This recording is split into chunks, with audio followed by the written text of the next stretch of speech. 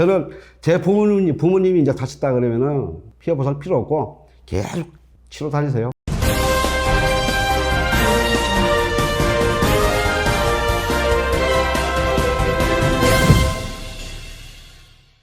자, 이번에는 보통 일반 골절 환자 같은 경우 대표적인 경우인데 보험사 측에서 이제 한시장애를 해서 합의를 하고 난 뒤에 그 기간이 종료한 뒤에도 이제 장애 남는 경우가 있지 않습니까? 이런 경우에 추가로 합의 이후에 추가 청구권을 행사할 수 있는지 이것도 좀 문제될 수 있는데 어떻습니까? 근데 실제 그 대법원까지 제가 실제 간 사건이 있어요. 네.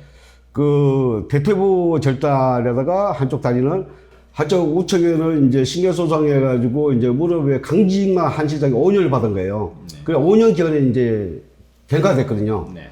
그 상에서 그 당시에 그 의뢰인이 다시 찾아온 거예요. 이 무릎에 너 아직도 강직이 남아있다. 손가락도 아직도 이렇게 강직이 있다. 근데 추가 소송이 안 되겠냐 해서 신체 감정을 2번 받아가지고 영구장기로. 그것도 또 대법원까지 갔어요. 네. 그 사건이 그 의뢰인은 2번 소송했는데 받았습니다. 추가 소송을. 그러니까 사고 당시 신체 감정에는 이 강직, 이것도 5년. 그 다음에 무릎도 강직이 5년. 이게 이런 상황이었는데 그 좀 특이한 분 어린이였거든요. 근데 그 사건이 대법원까지 결국은 갔었습니다. 예.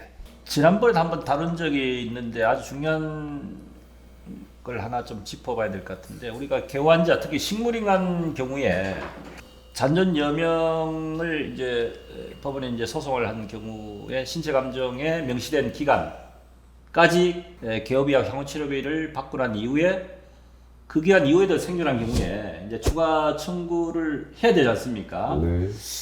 이런 경우에 보험사하고 그냥 소송이 아닌 합의를 했을 때의 문제점이 좀 있지 않겠습니까? 어떻습니까? 개호 환자의 경우에는 이제 여명 기간까지 얼마나 이제 살 수 있냐. 네. 여명이 종료된 이후 또 추가로 생존하신 분들도 계시거든요. 네. 근데 이제 두 가지인데 그 신체 감정을 그 법원에서 실무는 반드시 신체 감정을 소송하게 되면 받게끔 되었습니다. 그러면은 이제 뭐 개호 시간이라든가 항우 치료라든가 여명 기간 이 기재가 되어 있거든요. 그렇다면 이제 정상에 비해서 뭐 식물인간 같은 경우는 뭐 15% 30% 정도 범위 내에서 생존할 수 있기 때문에 뭐 제 나이 같은 경우는 항우 뭐 10년 정도 산다고 가정을 했을 때 근데 10년에 대한 청구 취지를 이제 변경해서 이제 신체 감정서 해신 결과를 토대로 해가지고 한단 말이에요. 근데 그 10년이 경과가 종료된 시점에서 제가 더 살고 있는 거예요. 어떻게든지. 뭐, 그렇다면은 이제 추가 생존에 대한 여명 기간에 대해서 다시 청구를 해야 되는데, 교업이라든가 항우 치료비, 이 부분에 이제 보조기구 등등. 그렇지만 이제 그걸 놓치신 분들이 있어가지고 제가 얼마 전에 한 10억 날린 분이 계세요.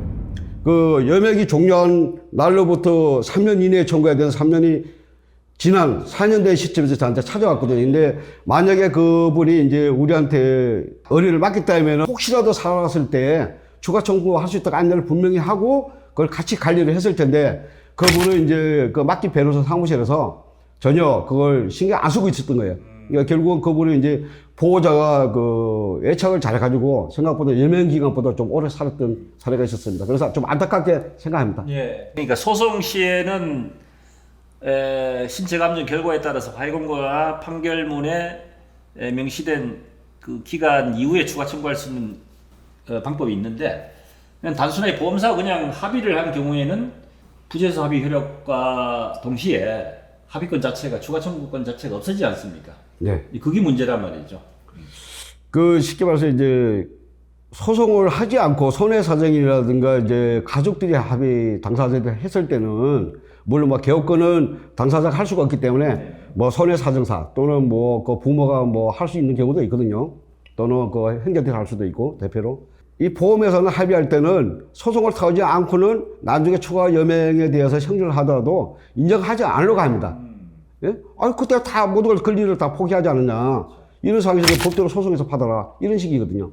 그러니까 그런 소송과 소송하지 않고 합의하는 거는 차이점이 좀, 있다. 이렇게 볼 수 있습니다. 그리고 이제 실무를 하다 보면은 이제 후유증에 대한 추가 청구에 관련해서 가끔씩 경험하게 된 사례 중에 이제 골수염 환자하고 이제 무혈성 괴사에 대한 인공관절 수술 케이스가 있는데 대부분의 경우에는 이런 환자들은 합의할 당시에 보험회사에다가 골수염으로 해서 추가적인 수술이 필요한 경우에는 별도 청구한다는 단설 명기를 하죠, 보통 일반적으로. 네. 그리고 무혈성 개사 같은 경우에도 고관절 골절 탈구로 인해서 추후에 무혈성 개사로 인해서 인공관절 수술한 경우에도 별도로 이제 단설 명기를 하면 되는데, 명기를 하지 않고 그냥 합의를 하고 끝난 경우에는 나중에 인과관계에 대한 문제 때문에 법적으로 소송을 해서 다투는 경우들이 생길 수가 있는 거죠.